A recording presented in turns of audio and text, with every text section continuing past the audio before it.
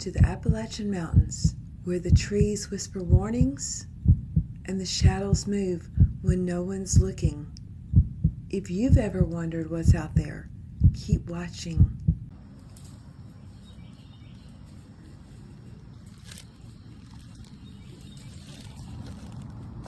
Oh my God.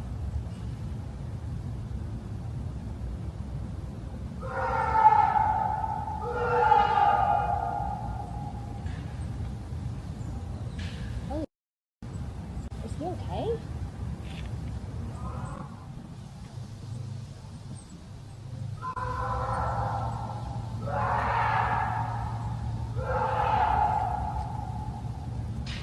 Are you okay?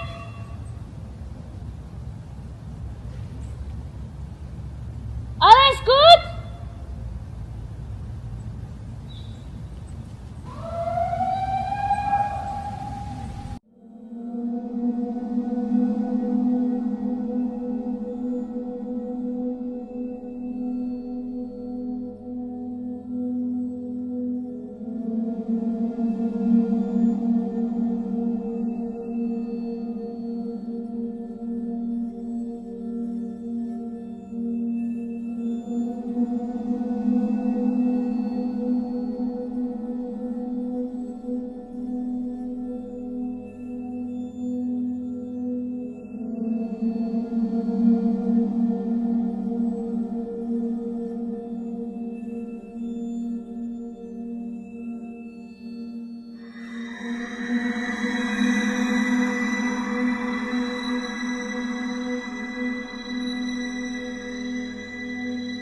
Imagine you're tubing down the river, just enjoying nature.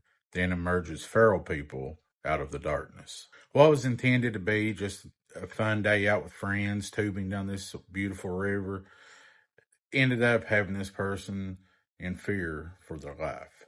The day started out very normal, just like you expect it would when you're with your friends. But somewhere along the way, they got separated from the rest of the group. They got kind of left behind for a few minutes. But that really wasn't a huge deal, at least not at first. This wasn't really alarming when they got separated. That happens sometimes, but usually you catch up to your group or your friends somewhere down the river. And this person was just, relaxing, floating down this beautiful river. And everything was fine until they got to a point where there was about a 10 to 14 kind of little cliff just above them, but it's what was on top that was alarming. Just as they were passing under this little embankment cliff, they looked on top and there stood about 3 men and 1 female, but they wasn't just like your average person. These people kind of had sandy hair and they looked like they essentially kind of like cavemen. What you would expect a caveman would look like. Very dirty, very ragged and rough, and they were just staring with an intent that made this person become very fearful for their life. They just kind of locked eyes with each other. They're just floating by, but they truly felt like these people were getting ready to attack. But people wasn't just poor people. They wasn't just dirty people. These people were different. They had been on mission trips to some of the poorest places in the country. And this was something else. This wasn't just poor or dirty people. These people were feral. But they just kind of locked eyes because what do? You're floating on a river. Your friends, they're not in sight. So you can't just get up and run. And these people are just watching you float by. And honestly, had they wanted to, they could have really probably hurt this person. Thankfully, they didn't. And they cruised on by without incident. And when they eventually caught up with their friends, they told them about it. And they just chalked it up probably not to being much, just some weird people. The wild men of Appalachia are feral people who live in the mountains of Appalachia. They are described as uncivilized, unkempt, dirty, hairy people. I personally would have never believed the lore had I not encountered it firsthand. I worked at a state psychiatric hospital in West Virginia, which is where people are sent after a court order deems them a danger to themselves or others. While there, we had one patient who was exactly as the lore describes, if not worse. She was probably in her 50s. She was filthy dirty. Her hair looked like it had never seen a brush. Her teeth were decrepit and her face was badly bruised. It was incredibly difficult to communicate with her because she seemed to have a limited amount of language. She didn't even know where she lived, so while we were working on getting her home, she had no idea what town she lived in, so we would try to give her generalizations like, do you live in this town, or do you live close to Charleston? And all she could say was, no, I'm country, and that was the best answer we could get from her. In fact, the only information I recall ever being able to get out of her was that she was country, she lived with her brothers, and they drank together. She couldn't read or write, so in order to sign her name, we told her what her 2 initials were. And with a lot of serious concentration, she was able to write the 2 letters. So if you were to ask me, the lore about feral people in Appalachia is in fact true. The subject we're going to cover tonight is without a doubt horrifying. It's disturbing. And I don't mind admitting to you and in front of the rest of the world that it's a subject that terrifies me. As a person who doesn't like to stay on the beaten path, I'm not a marked trail kind of guy. I want to get out into the deepest, wildest parts of the wilderness to experience the dynamics and the beauty of nature at 100% rate. I can tell you that this subject gives me great pause. Tonight, we're going to be talking about the subject of feral people. Specifically, do feral people still exist in the Appalachian Mountains and foothills? Now, I ask you to keep in mind that I'm not talking about people who have recently or in the recent past detached from society and now they're living a life of semi-isolation as survivalists or as homeless people. Not at all. I'm talking about people whose ancestors, generations and generations ago, for whatever reasons, under whatever circumstances, became isolated or chose isolation in the deep wilderness in pockets up and down the Appalachian Mountains and foothills. The question is, do their descendants still exist in the Appalachian Mountains today? Evidence suggests that they do, in fact, still exist. Eyewitness testimonies. More importantly, to me, it's the word of the mountain people that say, yes, they do exist. And I give heavy weight to the word of the mountain people. It is said that these feral people have their own language, that they have their own system of communication for purposes of locating one another at distance, for purposes of facilitating the hunt, for purposes of alerting the presence of intruders, and even for purposes of setting up attacks and ambushes. It is said that they display the characteristics of generations of inbreeding. And common sense dictates that, being that there is the severe state of their isolation. It is believed that they are very, very violent. And while they would certainly, at all cost, avoid any accidental contact with any element of the outside world, many believe, including myself, that they will perch on the boundary between their world and our world. Hiding, watching, being stealthy, waiting. When we intrude into their world, and they are given the opportunity to raid an unattended camp for gear, for food, for clothes, for shoes, for whatever they can use, that they'll do it. But the most terrifying aspect of this subject is the fact that there is plenty of evidence and testimony that tells us that they will opportunistically resort to cannibalism, which means as true hunter-gatherers, they will not only engage in hunting wildlife, but they'll engage in hunting us.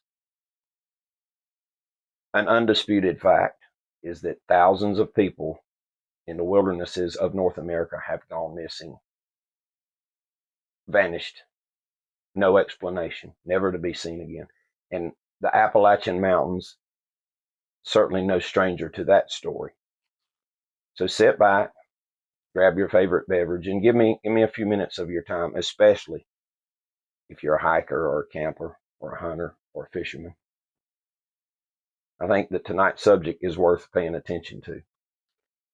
Now, our witness, James, in the mid-1970s was a young college student. And James was born and raised just past the extreme western end of the South Mountains of North Carolina. So it can be said that he was a child of two worlds, that he was a child of the foothills and he was a child of the big mountains, as I call them. He would have been at home in the South Mountains. He would have been equally at home in the Linville Gorge or Roan Mountain or Wilson's Creek, to name a few places. Definitely a person, in the way he was raised, hunting and fishing, definitely a person at home in the woods. But it was during his time at the university when he developed a passion, a lifelong passion for something that he had never experienced before.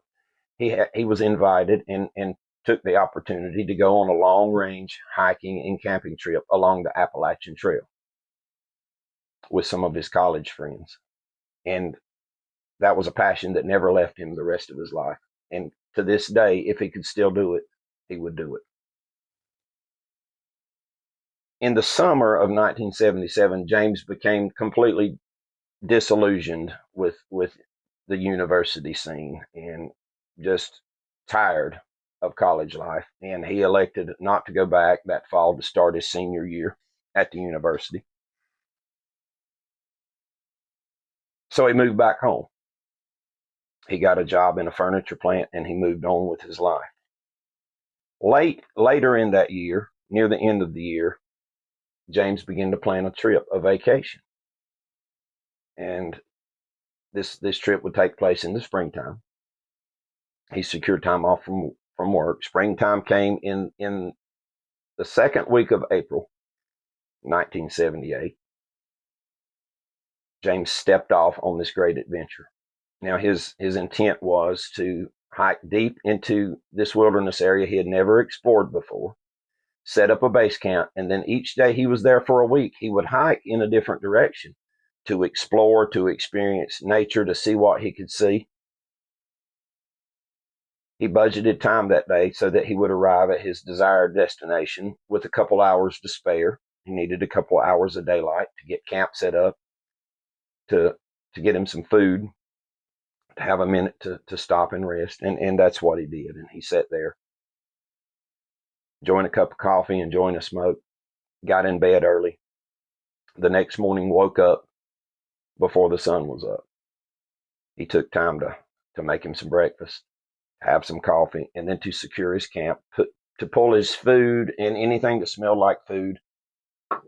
So what you do is you put them in bags, you tie a rope around it, you throw the rope over a high branch in a tree, you pull those bags up off the ground a fair distance as a countermeasure against bears. If you don't, you're going to have the snout of a bear in your tent, or you'll come back and find your camp decimated. That's what bears do. And as it turned out, apparently there's other things that do that as well. But he did all of that morning. He donned his backpack, he rucked up, booted up, and left out on his journey. Just about 5 minutes into his hike, James heard a noise that was completely foreign to him, something he had never heard in the woods before. Now keep in mind, when you're familiar with a certain wilderness area, a certain part of the country, you know what sounds to expect. You know what sounds the wildlife makes. You know the sounds of trees creaking against one another, and so on and so forth. But James knew that was not a natural sound in the wilderness. James said that he somehow instinctively felt that this clicking noise was a noise being made by a human using their mouth. He thought about it a minute. It bothered him some, but he filed it away and continued on. Just about 5 more minutes down the trail, he realized that he had a hitchhiker in his boot. He had put on his boot, got a pebble or a piece of debris in his boot, and gravity took over, worked its way down, and he was stepping on it every other step. He had to deal with it. He stopped, sat down against a tree, took his boot off, and sure enough, there was that pebble. He put his boot back on and got ready to take that next step, and he heard a distinctive sound. This time he knew exactly what it was. It was the sound of human voices, and these human voices were coming from the direction of his camp, but they weren't speaking English. They just didn't sound right. The words that he was picking up didn't sound English. They didn't sound intelligible at all. And also, to him, and no disrespect to anyone, but these voices sounded like the sound deaf people make when they speak. He contemplated on what he should do. Should he just chalk it up to, well, there's people here doing the same thing that I am. There's hiking, enjoying nature. Or should he go back and check on his camp? But by then, the curiosity was what was getting him. Certainly concerned about his camp. But curiosity dictated that he turn around and go back toward camp. He quickened his pace and came to within a few minutes of his camp. It wasn't in sight yet, but he heard those strange sounding voices again, this time much closer. And he slowed his pace in an effort to be more stealthy and be more quiet. Then another unexpected thing happened. James was hit by a very foul odor. And he stopped in his tracks. And instantly, he was almost nauseated. It was not the musky smell of a bear or the pungent smell of a skunk or any smell that belonged in the forest. For a second, he couldn't make heads or tails of it. But then it hit him. Woven in this foul stench was the unmistakable smell of human body odor. And he started walking again, drawing closer to his camp, feeling more uneasy with every step. He slowed his steps even more. His camp would be just over the next rise and would come into sight. Then he heard the clicking sound again, but from two directions, from off to his left and off to his right. He came close to the top of that rise. The clicking sound had just occurred, and he heard a ruckus. He heard scurrying in the direction of his camp. He heard the sound of what seemed to be maybe one of his pots being dropped on the ground. And he heard the strange sound of one of those voices, except this time the voice was much higher pitched. It sounded in a panic even. And he heard running from his left and from his right. The leaf litter in the Appalachian forest, if it hasn't rained lately, the leaf litter, walking or running in it, will give you away every time unless you're ultra stealthy. He topped the rise and caught his first glimpse of his camp. But on the opposite side of his camp, just a couple of seconds, he caught a glimpse of three individuals running in the opposite direction. Now, there was one that caught his attention. And this person was running with a strange, gimpy gait. And it was much slower this person was much slower than the other two. And this person didn't have a shirt on. It was very odd considering it was still cold weather. Not the kind of weather to be running around the woods without a shirt on. And from the back, this person seemed to be somewhat misshapen. One shoulder was much lower than the other. That arm hung unnaturally low. And off the back of the head flowed this stringy, thin hair, almost down to mid-back. But all three of the figures disappeared into the distance of the woods. And he saw the total picture of his camp for the first time, and it was destroyed. Anger hit him, and he stopped in his tracks right at his fire pit and just began to yell and shout expletives. But all went quiet. He looked around. Both bags containing his food and his food items were cut out of the tree and gone. with the exception of a pot and a lid. And the tent was flattened. Still angry, he yelled again. He yelled louder this time.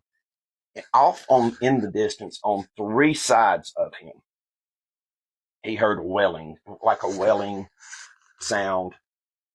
And to him, it sounded almost celebratory, and it reminded him in a way of the Cherokee war whoops, if you've ever heard that, or even the famous rebel yell, only repeatedly. And by then, the feeling that he had was near panic. He wanted out of there. He didn't even bother picking up what little was left. He already had his pack on, and he moved out swiftly. And off in the distance again, he heard more noise. It was a wailing, chattering laughter. And it chilled his blood. And then a voice shouting something completely unintelligible.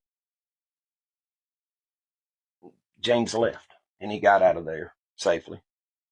But he returned the next day with reinforcements. He had called 2 friends, apprised them of the situation. Came back the next day with the intent to camp overnight and do the exact same thing he had done that day before. They came and camped, and then they feigned as though they were going to go hiking. They even left things sitting conspicuously out in the camp. Desirable things, left an axe and nothing. They set up what we would call in the military a listening post / observation post about 10 minutes away, and nothing. They moved closer, set another while longer. Nothing happened. They got back to camp. Everything was as it should have been. Nothing was missing. James never returned to that area to camp alone, but he and his friends came back a few more times and hiked the area, just seeing what they could find, and they found nothing. James had been alone in the deep woods, and he was probably watched the day he hiked in. He was probably watched all night, and he was watched that morning when he left camp until he got out of sight. And there's no doubt that these individuals came in to raid his camp. But when the one thing that worked in his favor, he left camp, and unbeknownst to them, just about 10 minutes away, he had stopped for that break where he had some coffee and was contemplating all this craziness. And they obviously thought he was further away. And he began to hear him, and you know the story. But what we don't know, what else might have they had in store for James? Who were these people? What were they? Where did they come from? And take it as a tale of warning. Hey, Dad, look at Carly. Get up here, Carly!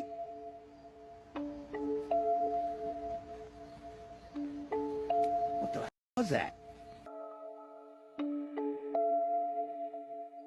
Get up here, Carly! Thanks for watching. If these Appalachian woods gave you chills, make sure to subscribe. Until next time, stay safe, stay aware, question everything, and don't follow the sounds